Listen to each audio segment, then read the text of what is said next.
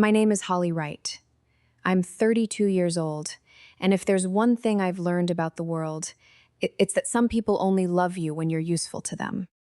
The moment you become a human being with your own needs, your own pain, or heaven forbid, your own boundaries, well, that's when the illusion cracks. Grab a cup of coffee, sit down with me for a minute, and let's talk. Because if you've ever had to actively earn your place at your own family's table, or if you've ever felt like an outsider in the very house that raised you, I want you to type the word boundaries in the comments right now. Let me know where you're watching from. I want to know I'm not the only one who had to build a fortress out of broken pieces. The story I'm about to tell you doesn't start when I woke up. It starts while I was completely in the dark. Exactly 4 hours after my boots slipped on a cracked kitchen tile that my own father had sworn to me, up and down, he had fixed. I was lying perfectly still in an ICU bed at Heritage Valley Beaver. I couldn't see the fluorescent lights overhead. I couldn't hear the rhythmic, clinical beep of the heart monitor keeping time with my shallow breathing. And I certainly couldn't see my mother, Louise Wright, sitting in the plastic chair just outside my room in the ICU hallway. She was wearing her Sunday church cardigan, the soft, heather gray one that made her look like everybody's favorite grandmother. She had her hands folded neatly over a structured leather purse that was entirely too rigid for a hospital waiting room. Sitting across from her was a county social worker who had been pulled away from her own family's Sunday morning plans. My mother didn't cry. Louise Wright doesn't do messy emotions. Instead, she leaned forward, lowered her voice to that smooth practice pitch she always used when she was running church fundraisers or organizing altar guild flowers, and she said the words that would split my life entirely in half. She looked that social worker right in the eye and said, "Her mother won't make it. And frankly, my husband and I are not raising another mistake." Think about that for a second. I was 32 years old, lying 30 feet away with a severe concussion and a brain bleed, fighting for the next breath to get back to my 6-year-old daughter, June. And my own mother was already writing me off as a closed chapter. She wasn't talking about me when she said the word mistake, though. She was looking at a school portrait of my little girl. By the time those words left her mouth, my brother Warren was already driving down the highway from Pittsburgh, his windshield wipers slapping against a gray April drizzle. In his passenger seat was a crisp manila folder from a corporate law firm containing pre-drafted emergency foster care and kinship care custody papers. They truly thought I was finished. They thought a slick floor and a heavy fall had handed them the perfect legal shortcut to take my daughter and rewrite the family narrative the way they'd wanted to for over a decade. They thought they could sweep my life under the rug, take June, and pretend I never existed. But they were wrong. They completely forgot about my Aunt Mabel. They forgot about the woman they had mocked, disowned, and whispered about for 30 years. And most of all, they had absolutely no idea what Mabel had been quietly preparing for since before my daughter could even walk. By the following Sunday, the entire town of Ambridge would watch everything my family had built on a foundation of appearances completely fall apart in the middle of a parking lot. The Sunday morning that my life split in half started at precisely 4 o'clock in the morning. Long before the sun even thought about breaking through the gray western Pennsylvania mist, the very first sound I heard was my daughter's slow, even breathing. June sleeps exactly the way her Aunt Mabel used to, a small, fierce body completely surrendered to rest, one hand tucked defensively under the pillow, and the other curled tightly around whatever she happened to love most that week. That particular week, it was Biscuit. Biscuit was a little wool rabbit that Mabel had knit for her in the bitter winter of 2021, just 4 months before Mabel's heart finally gave out. Biscuit wasn't perfect. His ears were completely uneven, and his nose was a clumsy stitch that had come loose and been redone entirely by hand, with a different shade of pink yarn. But to June, he was an anchor, My daughter had carried that ragged wool rabbit through pre-K, through the agonizing year I entirely stopped sleeping after my divorce, and through the quiet summer, her father sent a single birthday card from Florida, and then nothing else. She was carrying him that Sunday morning under her arm as I gently zipped her into her puffy pink coat directly over her flannel pajamas. "Mama, is today pancake day at school?" she mumbled, her eyes half closed, heavy with dreams. "That's Wednesday, baby," I whispered, kissing her forehead. "Today is just us, Bo, and Callum at the diner." We lived exactly 4 blocks from Mabel's corner diner.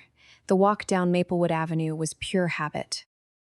It was so much a habit that I could have closed my eyes and told you exactly which green mailboxes leaned slightly to the east, which front porch still had a seasonal pine wreath hanging in the middle of April, and which of Mrs. Kubiak's backyard chickens had stopped laying eggs that spring.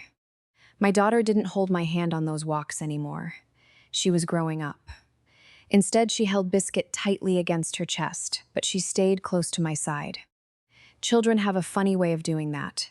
They stay close to a parent whose fear they can smell long before the parent even admits that the fear is there.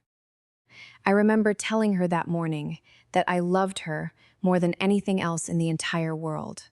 I don't remember if she answered me. I just remember the soft pressure of Biscuit's yarn nose pressing against my hip as she kept stride with me through the foggy dark. But the moment we reached the diner's back entrance, a cold prickle of unease hit the back of my neck. The air outside smelled like damp asphalt, but the moment I stepped onto the small back porch, I smelled coffee. Strong, bitter coffee. That was the very first wrong thing. Aunt Mabel had lived her life by a schedule so unyielding it had become a town superstition. The first pot of coffee at the diner belonged to me. I brewed it at exactly 5:30 a.m., right after I turned on the safe's till, unlocked the bread delivery boxes, and not a single minute before. Yet, standing on the threshold at 4:15 a.m., I could hear the low, wet burble of a commercial percolator working inside. I smelled the sharp, burnt edge of cheap grounds that someone had brewed too hot and left standing on a burner to scorch. My brother Kellen had a key. He wasn't supposed to have one. He had stolen it off the brass hook by our parents' back door 2 Christmases ago. I had asked him twice to give it back to me. Both times, he had just laughed, patted my shoulder, and said, "You worried about me, Hall?" That's cute. Kellen was 8 months into recovery. He was clean, he was sober, and according to our mother, he was finally the golden son he was always supposed to be. But the coffee burning on that burner had been brewed sometime between 2 and 4 in the morning, and Kellen was the only person in Ambridge with a key who wasn't currently standing in my shoes. I walked inside, my heart thumping against my ribs. I checked the register till first. It was locked and full. I checked the massive walk-in freezer. Nothing was missing. I even checked the old combination safe in Mabel's back office, and the dust on the dial was entirely undisturbed. Then, I forced myself to walk into the kitchen to check the one thing I always checked last, the tile. Right behind the massive stainless steel walk-in refrigerator, exactly 3 feet from the corner where I braced my hip every single morning to pull the heavy door open, there was a cracked ceramic tile. It was the color of dry, unflavored oatmeal. It had been cracked since August of 2025. My father, Roland, had promised to fix it 8 separate times.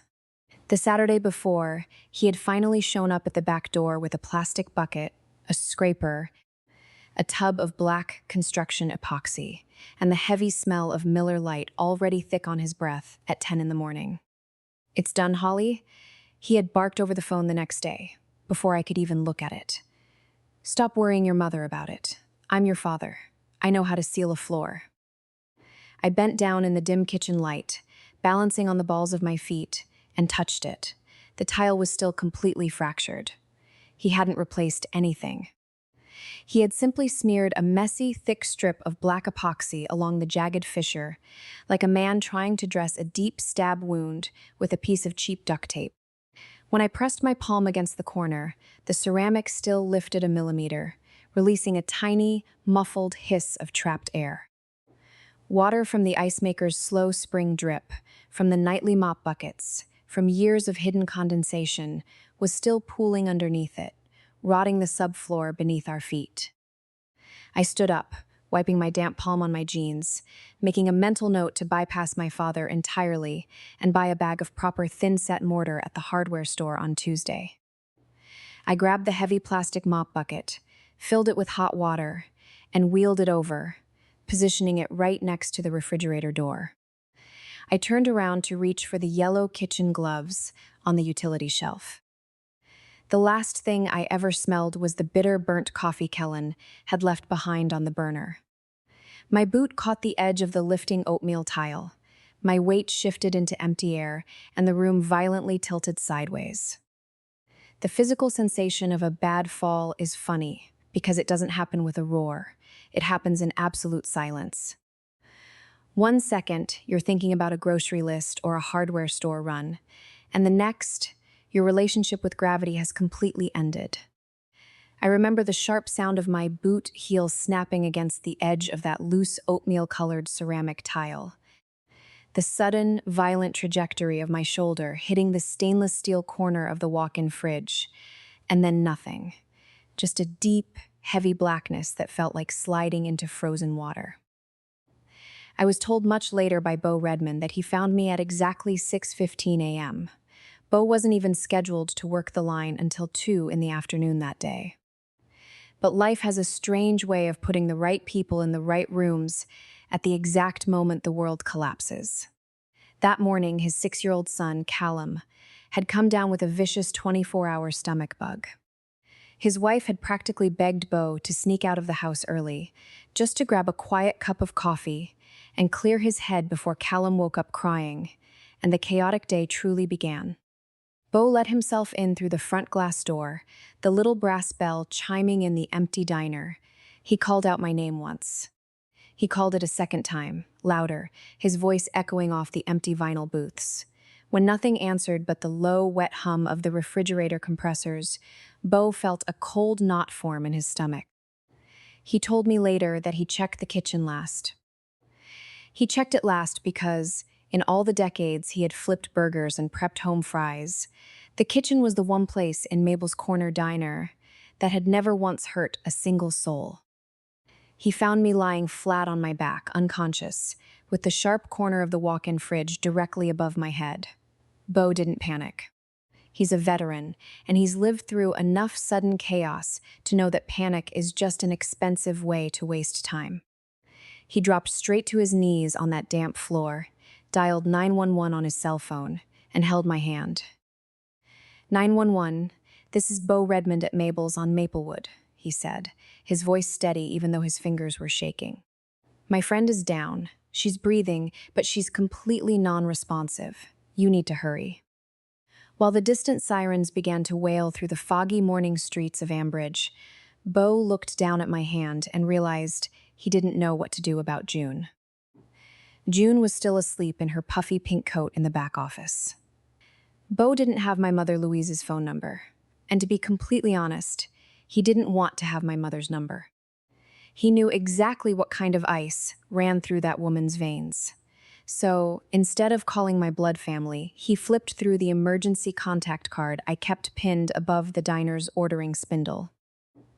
He found the number for June's kindergarten teacher, Ms. Everly. He called her at exactly 6:47 a.m. He explained that June was technically safe, but that I was being loaded into the back of an ambulance. He told her he needed someone to protect the little girl before the local kids or neighbors saw the flashing red and blue lights outside the diner windows. Ms. Everly didn't ask a single bureaucratic question. She didn't ask why he was calling her instead of a grandparent. She just said, "I'm putting on my coat. I'll be there in 10 minutes." That is the exact kind of woman Ms. Everly was. She was the kind of teacher who knew the hidden weight her students carried before they even put down their backpacks. I rode to Heritage Valley Beaver with Bo sitting beside me in the cramped, bouncing back of the ambulance, his steady hand pressed firmly against my knee. I didn't know then that while the paramedics were cutting off my favorite flannel shirt, the hospital's administrative machinery was already failing me. See, I had explicitly updated my primary emergency contact with Highland Elementary back in October. I had listed Reagan Fitzpatrick, a retired attorney out of Pittsburgh who had looked after Aunt Mabel's affairs. But I had never thought to update my paperwork at the hospital admissions desk itself. Why would I? I hadn't been a patient there since I was 7 years old. So when the ICU intake computer searched for my legal next of kin, it didn't find Reagan. It didn't find Beau. It pulled up a yellowed digital ghost of a form from a childhood tonsillectomy that had never been overwritten. And that is how Louise Wright, sitting in her pristine kitchen 4 miles away, received a phone call telling her that her estranged daughter was on life support and might not survive the afternoon. She didn't rush to my bedside. She didn't call Beau to ask what happened. She didn't check on her granddaughter. Instead, she picked up her sleek kitchen landline and dialed her youngest son, Warren. Have you ever noticed how toxic people love to disguise a predatory move as an act of absolute mercy?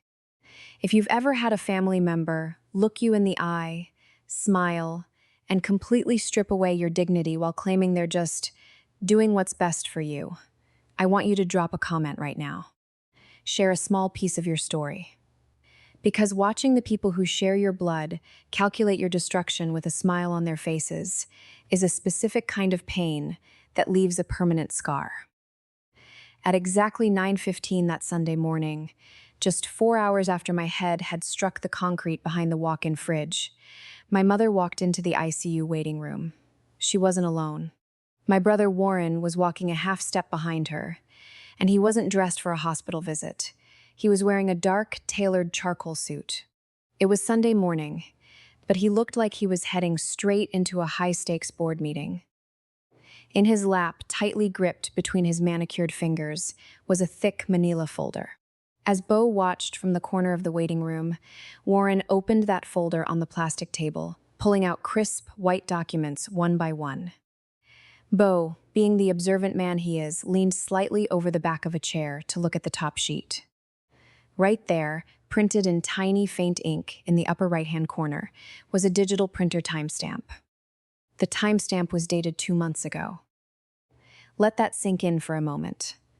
Warren hadn't rushed to a local library or an all-night printing shop when he heard his sister was in a coma. He had drafted these emergency custody and kinship care applications months before I ever lost my footing. He hadn't known I would fall that specific morning, but he and my mother had been waiting for any vulnerability, any crack in my armor, since the previous winter. To them, my traumatic brain injury wasn't a tragedy. It was an opening. It was the perfect legal window to strike. My mother approached the ICU nurse's station, sliding her structured purse onto the counter. Her face was a perfect mask of tragic, dignified composure. Beau stepped forward, his boots heavy on the linoleum. He looked at Warren, then at my mother, and asked the question that had been burning a hole in his chest. "Louise, how on earth did you get these papers printed and drive all the way here from the city in under 3 hours?" My mother didn't even turn her head to look at him. She simply smoothed down the front of her church cardigan and said, "Warren is an accountant, Beau. He is efficient. That's what professional men do." Beau didn't cause a scene. He knew that throwing a tantrum in an intensive care unit would only give them the ammunition they wanted to prove that my inner circle was chaotic and unstable. Instead, he quietly stepped back into the shadows of the hallway, pulled out his phone, and dialed the number he had pulled from the school emergency card earlier. The number for Reagan Fitzpatrick. The phone didn't even finish its second ring before a sharp, clear voice answered. "This is Reagan Fitzpatrick." Beau introduced himself and quickly explained the situation, the coma, the pre-printed manila folder, and the icy calm of Louise Wright. Reagan didn't let him finish the sentence. "I've been waiting for this exact phone call for 4 long years, Beau," she said, her voice cutting through the clinical hum of the hospital. "Keep your eyes on them. Do not let them leave that floor. I'll be at that hospital in 40 minutes. While Beau was on the phone, the intake nurse on duty, a veteran named Bridget with 20 years of floor experience, was already sizing up my family. She had run interference on predatory relatives, enough times to recognize the predatory gleam in my mother's eye. She caught Louise trying to slide the kinship care affidavit across the counter and stepped back, her hands firmly behind her back. "Ma'am," Bridget said, her voice flat and entirely unyielding, "we can note next of kin requests for the medical chart, but absolutely nothing regarding child custody happens inside this intensive care unit." My mother flashed that bright, empty smile she usually reserved for the deacons' wives at coffee hour. "Of course, Bridget. We completely understand. Our family attorney is already preparing to file directly with the Beaver County Orphans Court first thing Monday morning." She tapped the manila folder with her manicured fingernail. "This is just a voluntary caregiver affidavit. We just want to ensure little June is safe tonight." "Understood," Bridget replied, her eyes narrowing slightly. "I'll flag this to the hospital social worker and the county caseworker on call, but I am going to ask you to wait right here in this room. Do not attempt to leave this facility with a minor child based on any paperwork inside that folder. Is that completely clear?" My mother's smile didn't waver an inch. "Perfectly clear," she said. But as she turned back to Warren, his cell phone buzzed violently against the tabletop.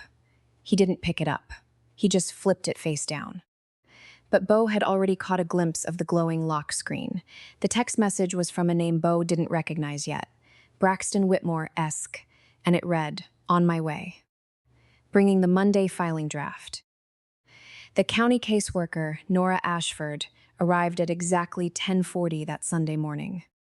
She was 41 years old, had 14 years of grueling protective services experience under her belt, and she carried herself with the heavy, unblinking calm of someone who had seen humanity at its absolute worst.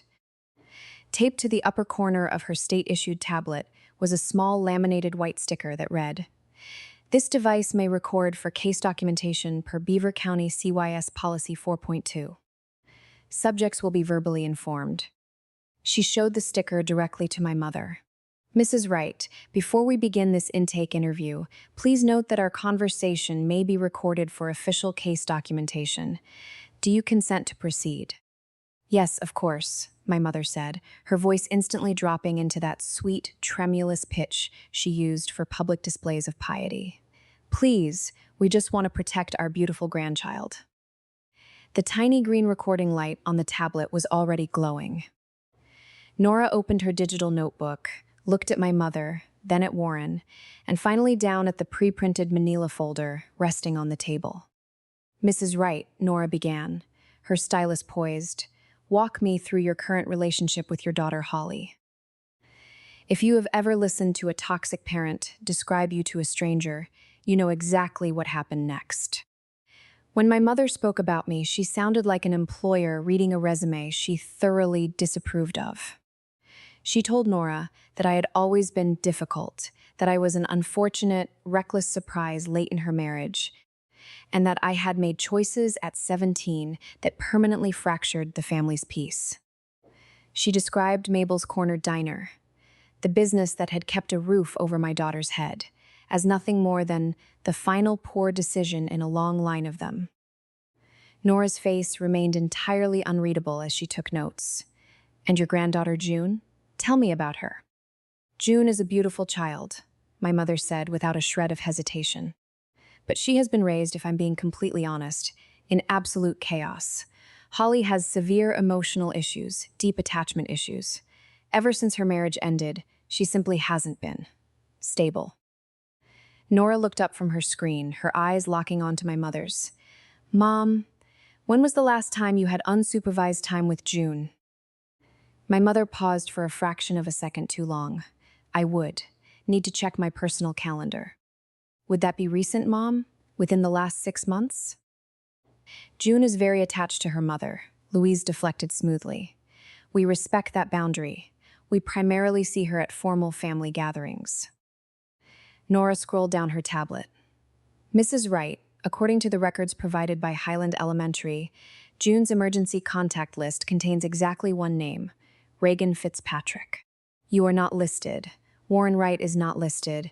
Your husband, Roland Wright, is not listed. Is there a specific reason for that? That woman, my mother hissed, and the word woman landed with more concentrated venom than she had used for anything else that morning, is an associate of my deceased sister-in-law. Holly's judgment, as I mentioned, has been profoundly questionable for years. Bo, who was watching silently from the heavy double doors of the waiting room, saw Nora write 3 words on her screen, questionable judgment parent, and then Nora firmly underlined them. Mrs. Wright, Nora said, her voice dropping an octave into something clinical. If Miss Wright does not wake from this coma, do you consider yourself the presumptive legal caregiver for June?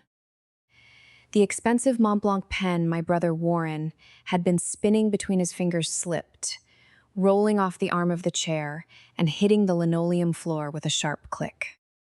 He didn't bend down to pick it up. My mother leaned forward. She said the sentence with the total, unshakable certainty of a woman who had rehearsed it in the quiet theater of her own mind for years. My daughter, if she survives this, will not be capable of raising a child. She never truly was. And frankly, my husband and I are simply not raising another mistake. Nora's stylus stopped dead in its tracks. She slowly lifted her eyes from the screen. Ma'am, can you clarify exactly what you mean by another mistake? June, my mother replied. That was the entire answer. One single monosyllabic word. Nora looked over at Warren, who was suddenly intensely fascinated by the institutional paint peeling on the far wall. The Montblanc pen remained abandoned on the floor. Nora calmly tapped her tablet, extinguishing the green recording light. Mom, that statement is fully on the official record now.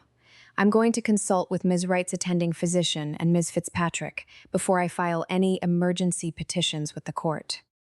In the meantime, you are ordered to remain within Beaver County. Do not attempt to remove the minor child from her current school, her residence, or her registered emergency contact list. Am I completely clear? Perfectly clear, my mother said, her jaw tight. Nora walked out into the corridor, pulled out her personal phone, and dialed Reagan Fitzpatrick. Bo stood just 3 feet away as Nora introduced herself and said, I have your name at the top of a minor's emergency file. I need to bring you into this immediately. And through the receiver, Bo heard Reagan answer with a cold, steady rhythm. I've been waiting for that exact call since November of 2019. While I was still trapped in that deep clinical sleep at the hospital, Bo drove back to the diner under a heavy, dark sky. He let himself in through the back kitchen door, locking it firmly behind him. The air inside the dining room was completely still, smelling faintly of the fresh pot of coffee he had brewed out of respect for Mabel's memory. He walked into Mabel's small back office. The wall-mounted safe was hidden behind an old framed photograph of the Ambridge football team from 1984. It was black, heavy, and held into the studs by 4 massive steel bolts. Bo didn't need to look up the combination. He knew it by heart, 031, the 17th of March, Aunt Mabel's birthday. He spun the dial using only the pads of his fingers, his heart thumping against his ribs. When the heavy iron door clicked open, Bo pulled out a small, thick leather notebook, a portable black hard drive covered in a thin layer of dust, and a crisp cream envelope with the words for Reagan written across the front in Mabel's sharp, back-slanted handwriting. Bo carried the items out to the counter, sitting down in booth 6. He opened the leather notebook to the very last page. The ink there was faint, the pen strokes light and shaky, written just 2 weeks before her stroke in February of 2022. The entry read, Booth 6 gets everything, back it up weekly. If Louise ever calls a lawyer, Reagan opens the second folder, trust the tile, MW. Before Bo could even read the line a third time, the brass bell over the front door chimed. Reagan Fitzpatrick walked in. She was 68 years old, stood barely 5 feet 3 inches tall, and wore a sharp gray blazer that looked like armor. She had been retired from her corporate law practice for 6 years, but the moment she sat down opposite Bowen Booth 6 and opened her brown leather folder, she looked like a general preparing for war. She spread out a document labeled in bold court lettering. Standby Guardianship Designation, 23 Pascal or CS 56111. It was signed by my hand and fully notarized on November 4th, 2019. She never told me, Bo whispered, his hands trembling as he touched the photocopy of my signature. She couldn't tell anyone, Reagan said softly, her eyes flashing. That was the deal. Mabel made her promise. Mabel spent 30 years listening to your father and mother call Holly a mistake, and she was damn well determined that June would never grow up under the shadow of that same word. See, if you're sitting there wondering why a grandmother would harbor that much venom for her own daughter and grandchild, you have to understand the history. The very first time my mother called me a mistake to my face was Thanksgiving morning in 2010. I was 17 years old, standing in her pristine kitchen, trembling as I told her I was pregnant. Louise didn't scream. She just set her pumpkin pie down on the counter, looked at me with cold, dead eyes, and said, "We are not raising another mistake. You will handle this quietly, Holly. You will not embarrass this family." My father didn't look up from his newspaper. My brothers stared at their plates. Only Aunt Mabel stood up. She had just walked through the back door with a loaf of homemade pumpkin bread. She didn't take off her coat. She just grabbed my arm and said, "Holly, get your things. We're going to Erie." She drove me 2 hours in her old blue Buick, waited in a clinic parking lot while I cried, and when I came out 90 minutes later and told her I wasn't ready to make a choice, she just took me back to the diner, fed me chicken soup in booth 6, and told me, "Kid, the world is going to call you a lot of things. Don't let them make it your name." Mabel had been building a fortress around me since that exact day. Reagan flipped to the next document in her folder. A Pennsylvania 529 college savings plan opened for Juniper, right on the very day she was born in November of 2019, initialized with a starting balance of $52,300. It was the exact amount Mabel had saved from 40 years of grinding out tips at a diner she didn't even own yet. By this very month, April of 2026, with steady contributions from Mabel's estate and the diner's net earnings, that trust and the 529 plan together had ballooned to a stunning $312,000. But it wasn't just money inside Reagan's folder. She slid a second, sealed manila envelope across the vinyl table. "I opened the duplicate in my car," Reagan said, her voice dropping into a dangerous, quiet register. "Mabel didn't collect this to embarrass anyone, Bo. She collected it because she suspected exactly what they were planning to do to Holly's land." Inside were certified bank records, showing that between January of 2025 and March of 2026, my brother Warren had sent a total of $36,400 to Kellen via Cash App in 14 separate, identical monthly transactions. Kellen wasn't clean and self-sufficient. He was being systematically paid off by Warren to keep his mouth shut. Beneath the bank statements lay a foreign LLC corporate registration printout from the state of Delaware for an entity called Maplewood Holdings LLC. In 2024, that exact anonymous shell company had secretly purchased the small, vacant 0.6-acre commercial parcel of land directly behind Mabel's Corner Diner for $88,000. And the primary authorized legal representative listed on the public Pennsylvania filing was none other than Braxton J. Whitmore, Esquire, Warren's former college roommate and the Wright family's current custody attorney. Mabel had circled his name in thick, permanent black ink. Reagan looked up from the table, her gray eyes locked onto Bo. "Bo, plug that surveillance hard drive into the diner's office computer tonight. Start the playback from October of last year. If Mabel logged what I think she logged, we won't need a single hour in a courtroom to end this. We'll just need a Sunday morning." The telephone inside the diner's back office didn't ring. It clicked as Reagan Fitzpatrick lifted the receiver at exactly 11 o'clock that Wednesday morning. She didn't dial a number. She waited 3 seconds for the line to clear, then pressed the redial button for the incoming number that had been lighting up the console for the last 20 minutes. It belonged to Braxton J. Whitmore, Esquire. He answered on the very first vibration. "Mabel's Corner Diner," he barked, his voice carrying the slick, hurried cadence of a young corporate lawyer who thought he was dealing with an uneducated line cook.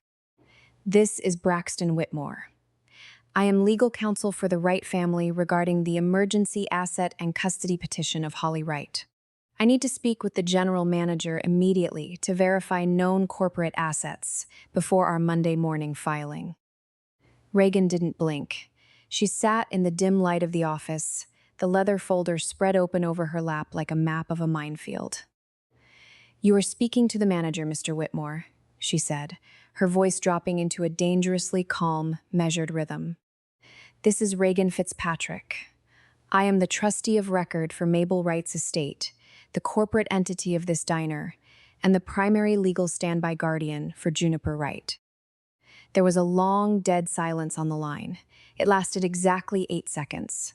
Braxton, 31 years old and only 4 years out of Duquesne law, clearly had not prepared for a retired senior partner from a major Pittsburgh firm to answer the phone at a neighborhood pancake house. "Mom," he stammered, his slick tone instantly evaporating into a nervous clearing of his throat. "Could you clarify your exact relationship to the target asset?"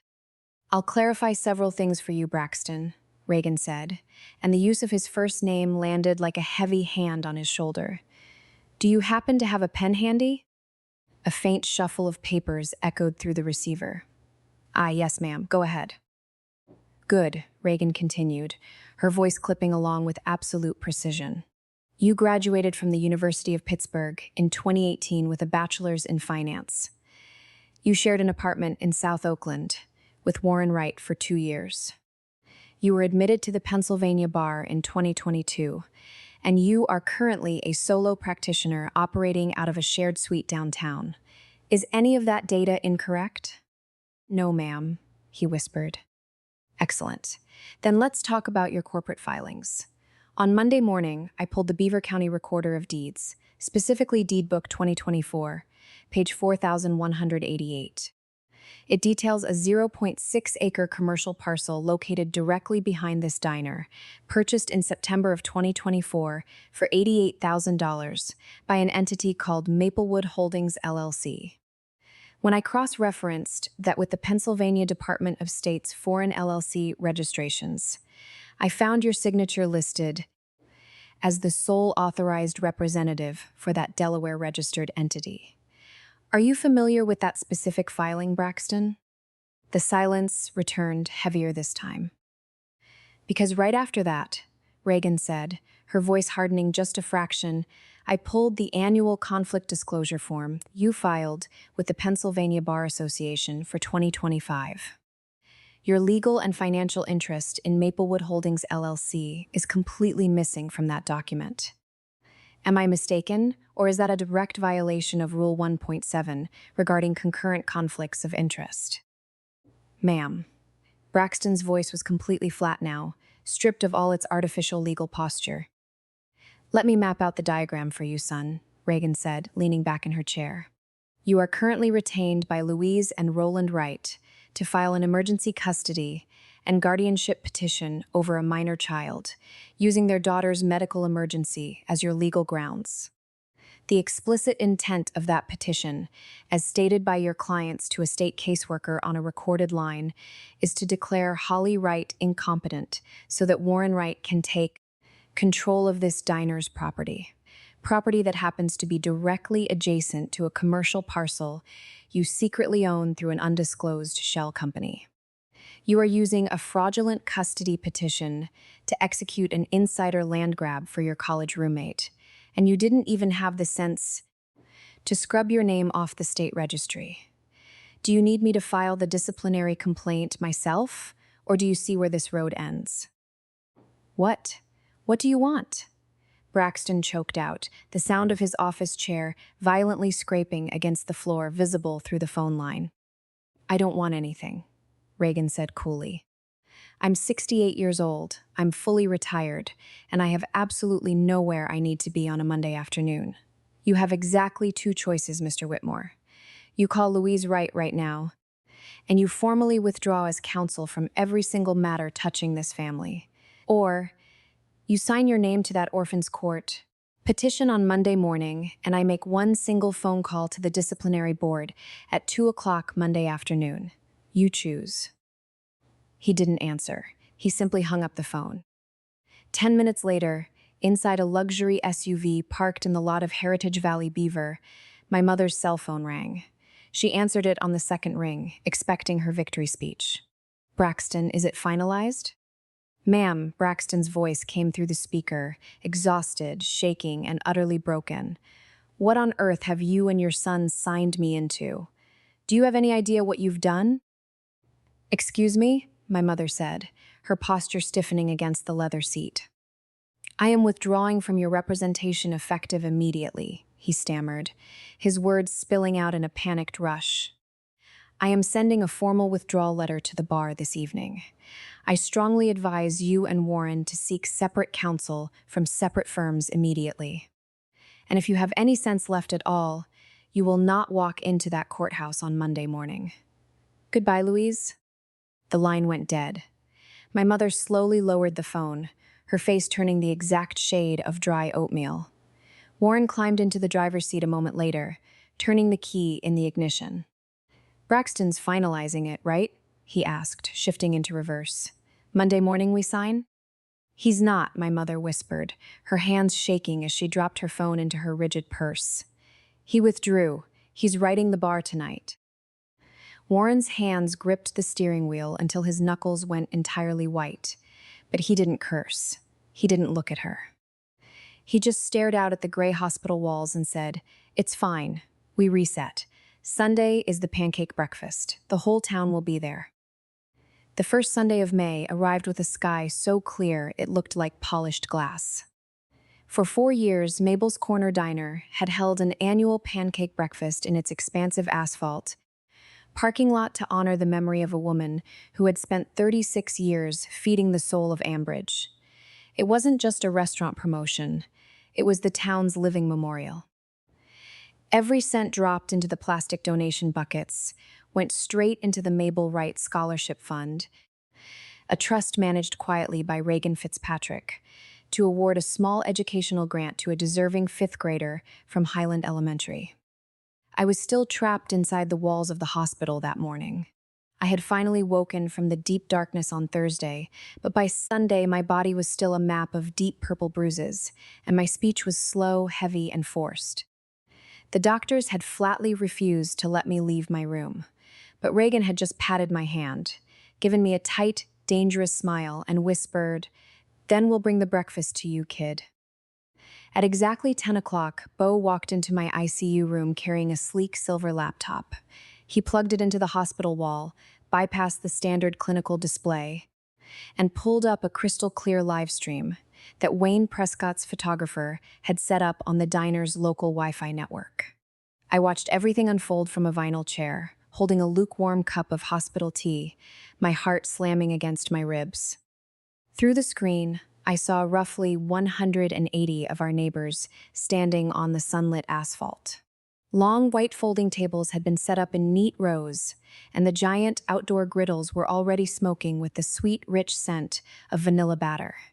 Mayor Landon Whitaker cut a small ceremonial blue ribbon in front of the diner's wooden sign, holding up a paper plate to a roaring round of neighborhood laughter. But at exactly 10:15 a.m., a heavy silence began to ripple through the outer edge of the crowd. My father's black pickup truck pulled slowly into the lot. Roland and Louise got out of the cab. My father was wearing his crisp, white Sunday church shirt, his shoulders squared as if he owned the ground beneath his boots. My mother walked half a step beside him, her hands tightly gripping that same silver-framed portrait of my daughter June from Christmas to 2044, the red dress, the plastic candy cane. She was holding it up high against her chest, but through the high-definition camera feed, Beau and I could see that she had the photo turned completely backward. The image of the child faced her own eyes, The cold, blank metal back of the frame faced the town. It was a hollow prop, a visual performance of grandmotherly grief staged for the public eye. They walked through the crowd, their smiles bright, empty, and rigid.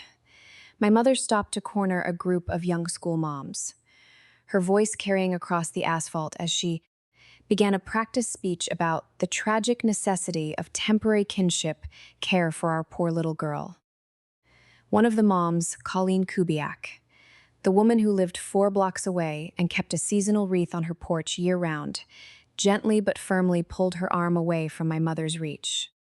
"Louise," Colleen said, her voice dropping into a quiet, chilling register that carried straight toward the live microphone near the podium. "We are all just here to remember Mabel today, that is all." My father ignored the cold shoulder, walking past the outer tables and sliding his heavy frame into booth 6 through the open side patio doors. He always sat in booth 6. It was his seat of unearned authority. He didn't notice that the small flat-screen television mounted to the wall directly behind the counter. An old monitor Mabel had installed years ago to show local sports highlights was completely dark. At 10:30 sharp, Reagan Fitzpatrick stepped up to the microphone. She didn't make a long, dramatic speech. She simply looked out over the town of Ambridge and said, "Before we serve the community breakfast, Holly Wright's daughter has something she wants to say to everyone here." June walked up to the iron stand, wearing her puffy blue winter coat, her small fingers clutching the uneven wool ears of Biscuit.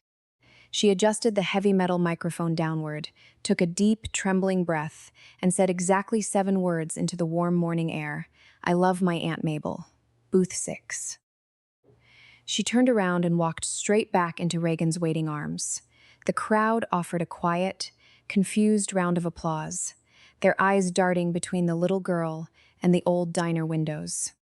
Reagan lowered the microphone, looked through the glass pane, and nodded once to Beau. Beau walked behind the counter, reached into his pocket, and plugged the dusty black portable hard drive directly into the television's USB port. He hit the play button. The old flat screen flickered to life, glowing with a stark, high-definition, black and white surveillance angle. The timestamp in the lower left corner read, October 12th, 2025. For 3 minutes and 40 seconds, a suffocating silence fell over the entire parking lot. Nobody clapped. Nobody moved a muscle. The first recorded clip showed my father sitting in that exact booth 6 in his church shirt, smiling with his lips while his eyes remained completely dead.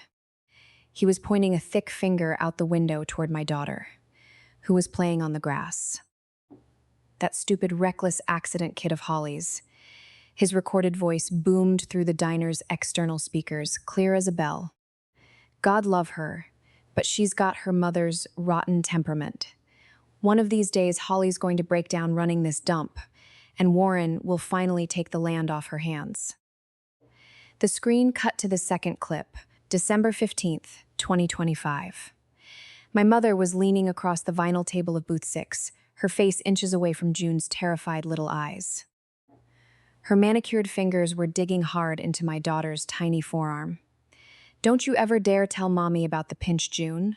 Her soft, horrifying fundraiser voice purred from the speakers. "It's our special little grown-up secret." The third clip played, February 22nd, 2026. My brother Warren was sliding a thick, unmarked white envelope across the table to Kellen.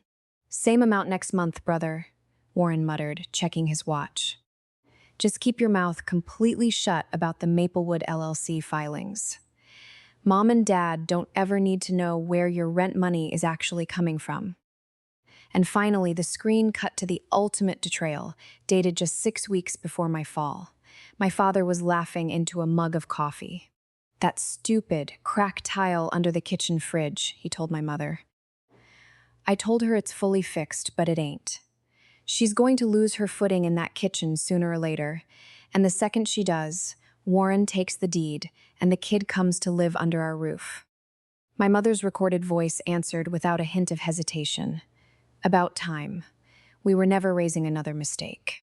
The monitor snapped to pitch black, and the silence that followed was heavy enough to crush a person's chest. Nobody clapped. Nobody spoke. Sheriff Halloran, who had been standing near the silver coffee urn with a paper plate of pancakes he hadn't even touched, slowly set his food down on a folding table.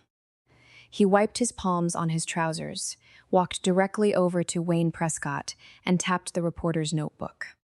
"Wayne," the sheriff said, his voice cutting through the quiet parking lot like a saw blade, "you might want to add a very long paragraph about grandparent conduct and child endangerment to that piece you're writing."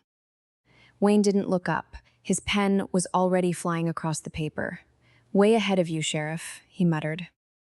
Inside booth 6, my father didn't turn around to face the windows. He couldn't.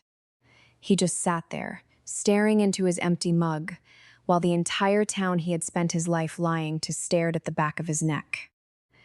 My mother stood on the grass, her face completely white, her fingers trembling so violently that the silver-framed Christmas portrait finally slipped from her grip.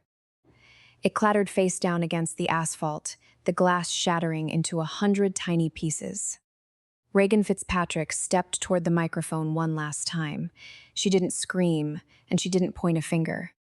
She just looked at my mother and said, "The diner is not for sale, Louise. It will never be for sale. The child is not available, and she has never, for one single second of her life, been a mistake. Now, this is a Sunday morning in Ambridge. We are going to serve our neighbors their pancakes." Slowly, deliberately, the crowd turned their backs on my parents. They moved back toward the tables, conversation rising like a steady hum, to drown out the sound of my father's truck engine cranking to life as they slunk out of the lot. Warren wasn't even there to help them. He had seen the writing on the wall days ago and hadn't even bothered to show up. The Sunday after that memorial breakfast was Mother's Day. I was finally out of the hospital.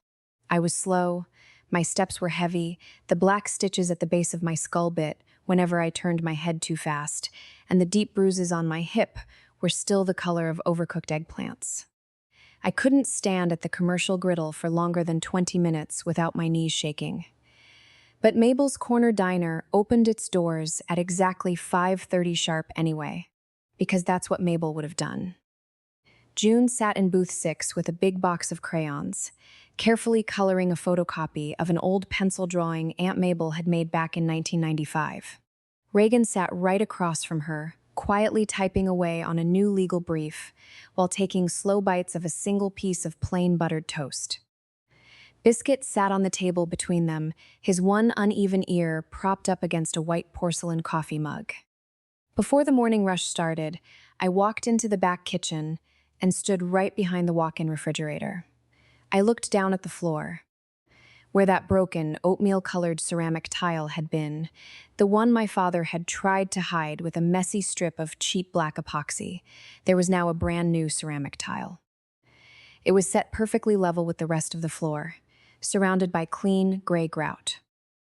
I had done it myself on Wednesday afternoon, working slowly on my knees, mixing the heavy mortar by hand and setting the stone with the kind of patient, meticulous care that Aunt Mabel used to beat into my head when I was a teenager.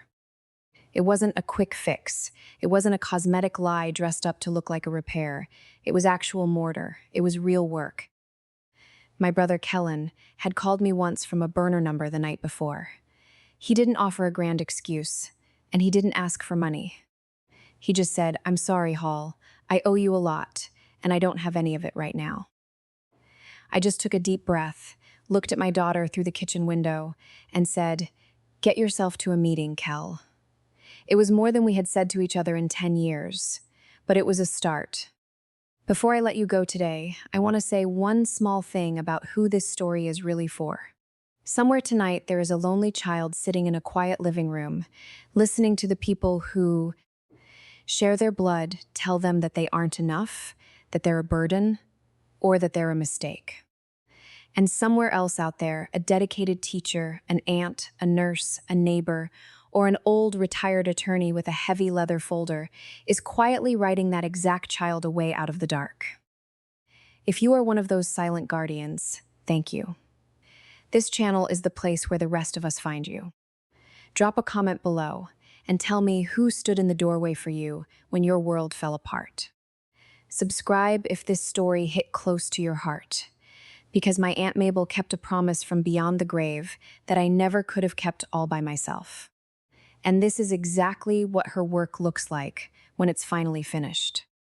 You called her a mistake, Louise, but she's going to grow up knowing so much better.